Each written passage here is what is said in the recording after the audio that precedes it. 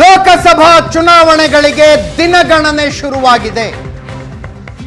13ನೇ ತಾರೀಖಿನ ನಂತರ ಯಾವತ್ತು ಬೇಕಾದರೂ ಕೇಂದ್ರ ಚುನಾವಣಾ ಆಯೋಗ ಒಂದು ಶುಭ ಸಂಜೆ ಪತ್ರಿಕಾಗೋಷ್ಠಿ ಇದೆ ಅಂತ ಒಂದು ಮೆಸೇಜ್ ಕಳಿಸುತ್ತೆ. ಅದರ ಅರ್ಥ ಆವತ್ತು 2024ರ ಲೋಕಸಭಾ ಚುನಾವಣೆಯ ಶೆಡ್ಯೂಲ್ ಘೋಷಣೆಯಾಗತ್ತೆ. ಎಷ್ಟು ಹಂತಗಳಲ್ಲಿ ಚುನಾವಣೆ ನಡೆಯುತ್ತೆ, ಯಾವ್ಯಾವ ರಾಜ್ಯದಲ್ಲಿ ಯಾವ್ಯಾವ ಹಂತದಲ್ಲಿ ಅಂತಿಮವಾಗಿ ಮತ ಎಣಿಕೆ ನಡೆಯೋದು ಯಾವಾಗ, ಎಲ್ಲವೂ ಘೋಷಣೆಯಾಗತ್ತೆ.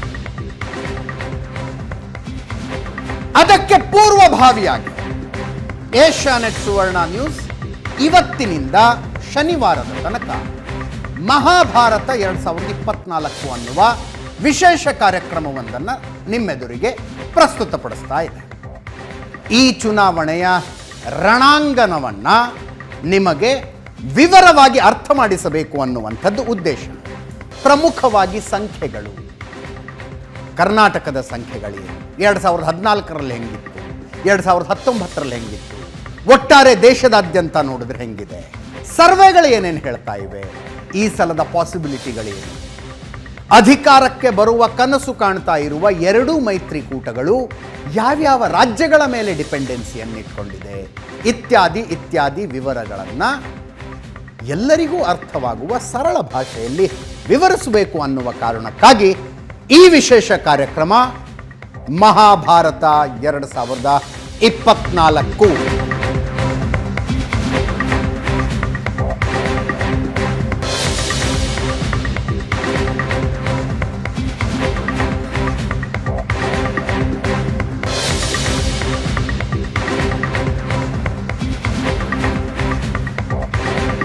ಚುನಾವಣೆಗೆ ಸ್ಟೇಜ್ ಸೆಟ್ ಆಗಿದೆ.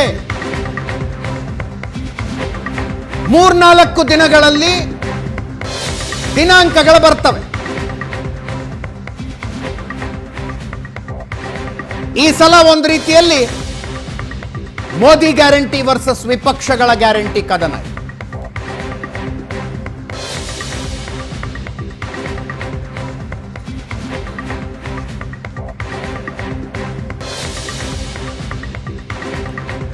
ಎನ್ಡಿಎ ವರ್ಸಸ್ INDA ಮಧ್ಯದ ಮಹಾಯುದ್ಧ.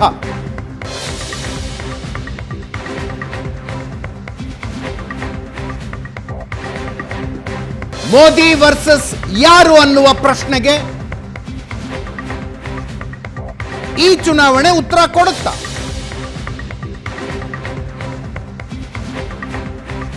ರಾಮ ಮಂದಿರ ಲೋಕಾರ್ಪಣೆಯ ನರೇಶನ್ ಮೇಲೆ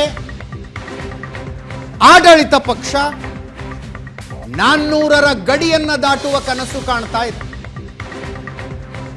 ಬಿಜೆಪಿ ಏಕಾಂಗಿಯಾಗಿ 370 ಬರಬೇಕು, NDA ಮೈತ್ರಿಕೂಟ 400ರ ಗಡಿ ದಾಟಬೇಕು ಅಂತ ಕನಸು ಕಾಣ್ತಾ ಇದೆ.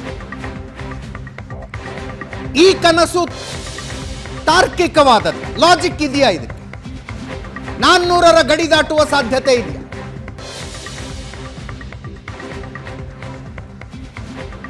ಸತತ 3ನೇ ಅವಧಿಗೆ ಪ್ರಧಾನಿಯಾಗಿ ನರೇಂದ್ರ ಮೋದಿ ಮತ್ತೊಮ್ಮೆ ಆಯ್ಕೆಯಾಗ್ತಾರೆ.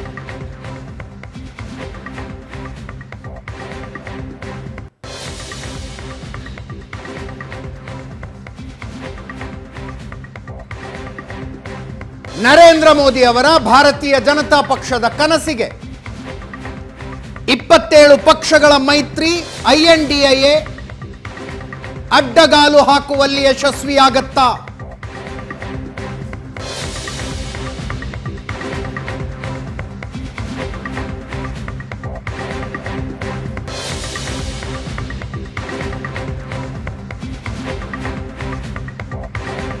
Politics is a battle of perception ಅಂತ ಹೇಳ್ತೀವಿ. ದೃಷ್ಟಿಕೋನದ ಯುದ್ಧ ಇದು. ಯಾರ್ಯಾರು ಯಾವ್ಯಾವ ಮೈತ್ರಿಕೂಟ ಮತದಾರರ ಮುಂದೆ ಯಾವ್ಯಾವ ದೃಷ್ಟಿಕೋನವನ್ನ ಕಟ್ಟಿಕೊಟ್ಟಿದೆ, ಅದು ಅಂತಿಮವಾಗಿ ಗ್ರೌಂಡ್ ಲೆವೆಲ್ನಲ್ಲಿ ಮತಗಳಾಗಿ ಪರಿವರ್ತನೆಯಾಗುವ ಸಾಧ್ಯತೆ ಎಷ್ಟಿದೆ?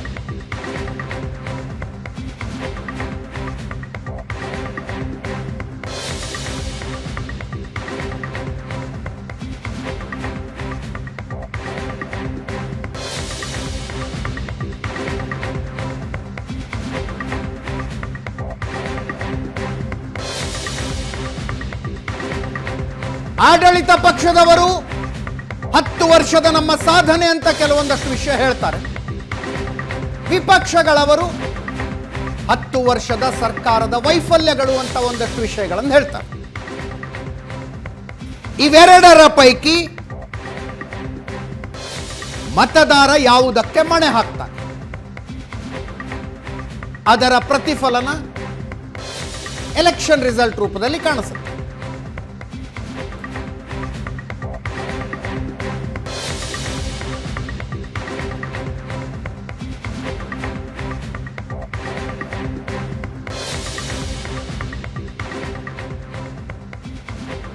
ಈ ವಿಷಯ ನೋಡೋಣ.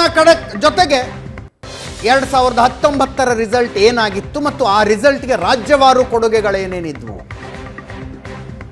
ರಾಜಕೀಯ ಅನ್ನುವಂಥದ್ದು, ಕೆಮಿಸ್ಟ್ರಿ ಅನ್ನುವಂಥದ್ದು ಎಷ್ಟು ಸತ್ಯವೋ ಮ್ಯಾಥಮೆಟಿಕ್ಸ್ ಅನ್ನುವಂಥದ್ದು ಕೂಡ ಅಷ್ಟೇ ಸತ್ಯ. ರಾಜ್ಯವಾರು ಕಳೆದ ಸಲದ ಸಂಖ್ಯೆಗೆ ಯಾವ್ಯಾವ ರಾಜ್ಯಗಳ ಕೊಡುಗೆ ಏನೇನಿತ್ತು, ಈ ಸಲ ಆ ರಾಜ್ಯಗಳಲ್ಲಿ ಪರಿಸ್ಥಿತಿ ಏನಿದೆ, ಅದನ್ನ ಗಮನ ಇಟ್ಟು ನೋಡಿದಾಗ ಅಬ್ಕಿ ಬಾರ್ 400 ಪಾರ್ ಕನಸು ಈಡೇರುವಂಥದ್ದ ಈಡೇರದೇ ಇರುವಂಥದ್ದ ಅನ್ನೋದು ಅರ್ಥ ಆಗುತ್ತೆ. ಅಂಕಿ ಸಂಖ್ಯೆಗಳನ್ನು ನಿಮ್ಮ ಮುಂದಿಡ್ತೀವಿ, ಜೊತೆಗೆ ಚರ್ಚೆ ಕೂಡ ಮಾಡ್ತೀವಿ. ಹಲವು ಜನ ಗಣ್ಯರು ನಮ್ಮ ಜೊತೆಗಿದ್ದಾರೆ. ನನ್ನ ಕೊಲೀಗ್ ಪ್ರಶಾಂತ್ ನಾಥ್ ಇದ್ದಾರೆ. ಪ್ರಶಾಂತ್, ಕಾರ್ಯಕ್ರಮಕ್ಕೆ ಸ್ವಾಗತ. ರಮೇಶ್ ಬಾಬು ಅವರು ಕಾಂಗ್ರೆಸ್ನಿಂದ ಇದ್ದಾರೆ, ರವಿಕುಮಾರ್ ಅವರು ಬಿಜೆಪಿಯಿಂದ ಇದ್ದಾರೆ. ಇಬ್ಬರು ಕೂಡ ಕಾರ್ಯಕ್ರಮಕ್ಕೆ ಸ್ವಾಗತ. ಶಂಕರ್ ಶೆಟ್ಟರು ರಾಜಕೀಯ ವಿಶ್ಲೇಷಕರು ನಮ್ಮ ಜೊತೆಗಿದ್ದಾರೆ. ಕಾರ್ಯಕ್ರಮಕ್ಕೆ ತಮಗೂ ಕೂಡ ಸ್ವಾಗತ. ಸರ್, ಚರ್ಚೆಯನ್ನು ಶುರು ಮಾಡೋದಕ್ಕಿಂತ ಮುಂಚೆ, politics is a battle of perception. ಆಡಳಿತ ಪಕ್ಷ ಕಟ್ಟಿಕೊಡ್ತಾ ಇರುವ ಪರ್ಸೆಪ್ಷನ್ ಏನು, ಯಾವ ದೃಷ್ಟಿಕೋನವನ್ನು ಕಟ್ಟಿಕೊಡ್ತಾ ಇದೆ? ಒಂದು, ರಾಮ ಮಂದಿರ ಶತಶತಮಾನಗಳ ಭಾರತೀಯರ ಕನಸನ್ನು ನಾವು ಈಡೇರಿಸಿದ್ದೀವಿ. ಜನವರಿ 22ನೇ ತಾರೀಕು ಭವ್ಯ ರಾಮ ಮಂದಿರ ಲೋಕಾರ್ಪಣೆಯಾಗಿದೆ. ಇದು ಬಿಜೆಪಿಯ ಎಲೆಕ್ಷನ್ ಪ್ಲಾಂಕ್ಗಳ ಪೈಕಿ ಅತ್ಯಂತ ಪ್ರಮುಖ ರಾಮ ಮಂದಿರ ಲೋಕಾರ್ಪಣೆ. ಹಿಂದುತ್ವದ ಪರವಾಗಿ ನಮ್ಮ ಸರ್ಕಾರ ನಿಂತ್ಕೊಂಡಿದೆ. 100 ವರ್ಷಗಳ ಭಾರತೀಯರ ಕನಸನ್ನು ಈಡೇರಿಸಿದ್ದೀವಿ ಅಂತ. ಒಂದು, 2047ರ ವೇಳೆಗೆ ಭಾರತ ಸೂಪರ್ ಪವರ್ ಆಗಿರುತ್ತೆ. ಅಭಿವೃದ್ಧಿಶೀಲ ದೇಶ ಅಲ್ಲ, ಅಭಿವೃದ್ಧಿ ಹೊಂದಿದ ದೇಶವನ್ನಾಗಿ 2047ರ ವೇಳೆಗೆ ಭಾರತವನ್ನು ನಾವು ಮಾಡ್ತೀವಿ.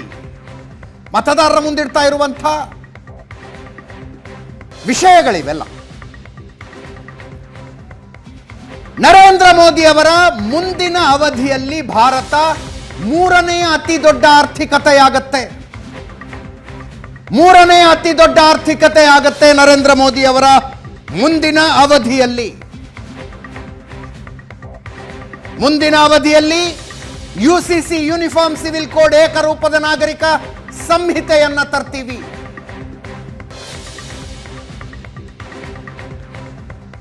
ನರೇಂದ್ರ ಮೋದಿ ಅವರು 5:15 ಮಾತಾಡ್ತಾರೆ ಇವತ್ತು ಅನ್ನುವ ಮಾಹಿತಿ ಇತ್ತು. ಗೊತ್ತಿಲ್ಲ, ಇನ್ನೂ ಅಪ್ಡೇಟ್ಸ್ ಬರ್ತಿಲ್ಲ. ಅವರು ಮಾತನಾಡೋದಾದ್ರೆ CAA ನೋಟಿಫಿಕೇಶನ್ ಬಗ್ಗೆ ಮಾತಾಡ್ತಾರೆ ಅಂತ.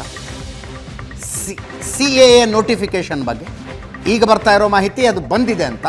ಅದು ಕೂಡ ಎಲೆಕ್ಷನ್ ವಿಷಯ. CAA ತಂದ್ವಿ ನಾವು. ಅಮಿತ್ ಶಾ ಇತ್ತೀಚೆಗೆ ಒಂದು ಖಾಸಗಿ ಸುದ್ದಿವಾಹಿನಿಯ ಕಾನ್ಕ್ಲೇವ್ನಲ್ಲಿ ಮಾತಾಡಿದ್ರು, ಈ ಚುನಾವಣೆಗಿಂತ ಮೊದಲೇ CAA ನೋಟಿಫಿಕೇಶನ್ ತರ್ತೀವಿ ಅಂತ. ಅದು ಬಂದಿದೆ ಅನ್ನುವ ಮಾಹಿತಿ ಇದೆ. ಅದು ಕೂಡ ಚುನಾವಣೆಯ ವಿಷಯ. ಅದರ ಜೊತೆಗೆ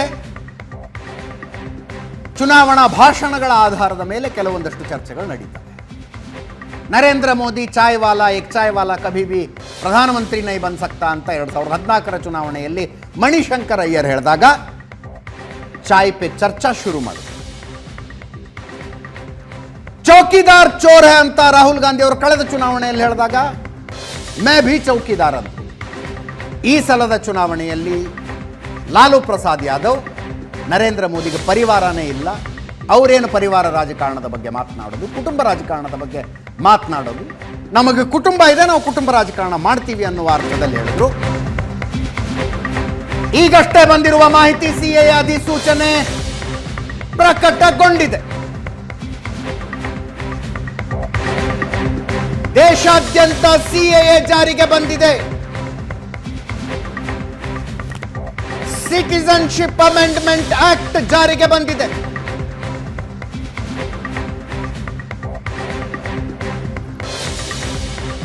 ಈ ಸಲದ ಲೋಕಸಭಾ ಚುನಾವಣೆಯ ಮತ್ತೊಂದು ಫ್ಲಾಶ್ ಪಾಯಿಂಟ್,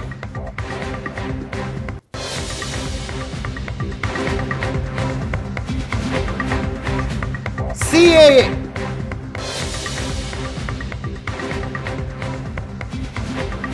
ಕೇಂದ್ರ ಗೃಹ ಇಲಾಖೆ ನೋಟಿಫಿಕೇಶನ್ ಅನ್ನು ಹೊರಡಿಸಿದೆ.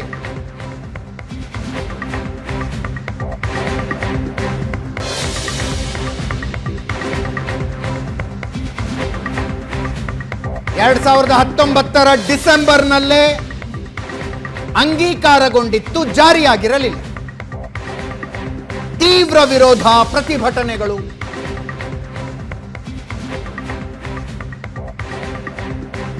ಭಾರತದ ನಾಗರಿಕತೆ ಡಿಸೈಡ್ ಮಾಡುವ ಅಂಶಗಳು ಯಾವುದು ಅನ್ನೋದನ್ನು ಈ ನೋಟಿಫಿಕೇಶನ್ ಹೇಳುತ್ತೆ.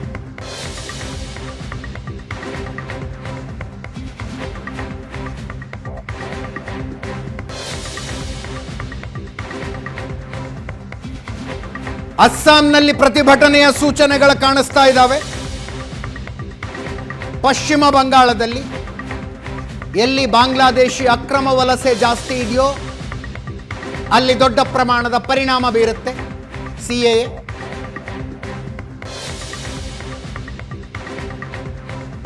ಅಧಿಸೂಚನೆ ಪ್ರಕಟಗೊಂಡಿದೆ. ಕೆಲವೇ ದಿನಗಳಲ್ಲಿ ಘೋಷಣೆಯಾಗಲಿರುವ ಲೋಕಸಭಾ ಚುನಾವಣೆಯ ಮತ್ತೊಂದು ಚರ್ಚೆಯ ವಿಷಯ ಸಿಎಎ. ಅದರ ಜೊತೆಗೆ ಒನ್ ನೇಷನ್ ಒನ್ ಎಲೆಕ್ಷನ್ ಅಂತಿದ್ದಾರೆ. ಸನಾತನ, ವಿಪಕ್ಷಗಳಿಂದ ಸನಾತನದ ಅವಹೇಳನ ಬಿಜೆಪಿ ಜನರೆದುರಿಗೆ ತೆಗೆದುಕೊಂಡು ಹೋಗಲಿರುವ ಮತ್ತೊಂದು ವಿಷಯ.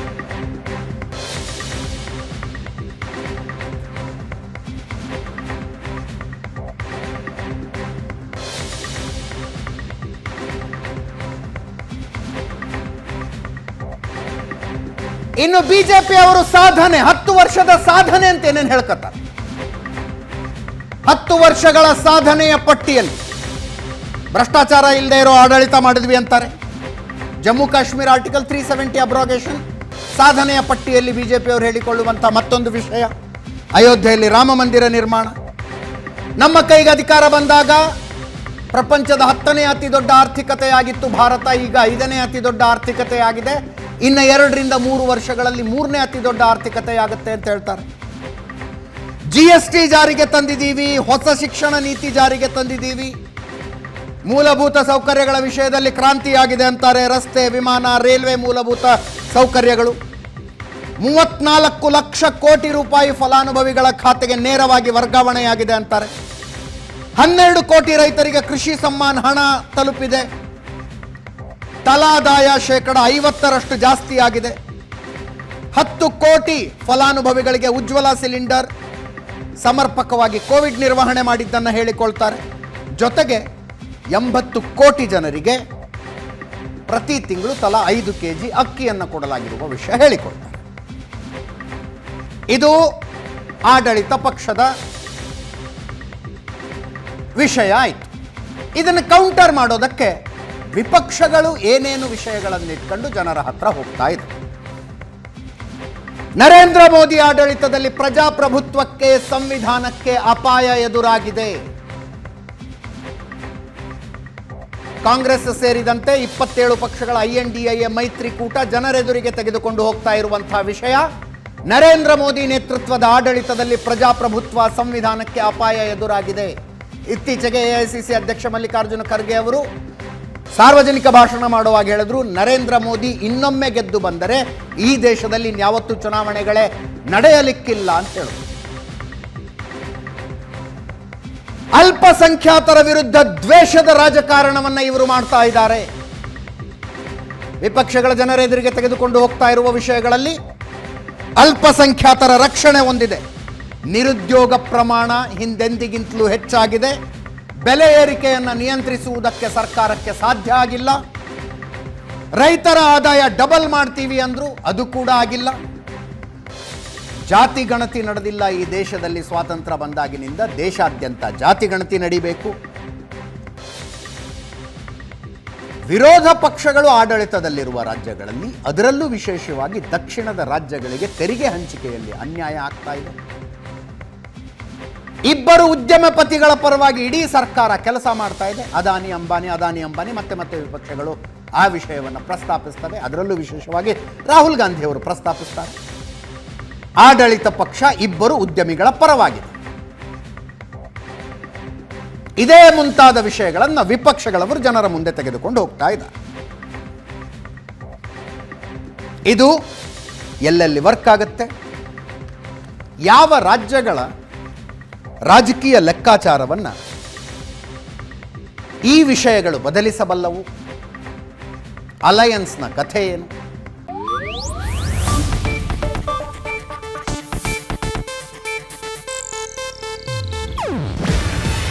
ಇದು ಏಷ್ಯಾನೆಟ್ ನ್ಯೂಸ್ ನೆಟ್ವರ್ಕ್ ಪ್ರಸ್ತುತಿ. ನೀವು ನೋಡ್ತಿದ್ದೀರಾ ಏಷ್ಯಾನೆಟ್ ಸುವರ್ಣ ನ್ಯೂಸ್.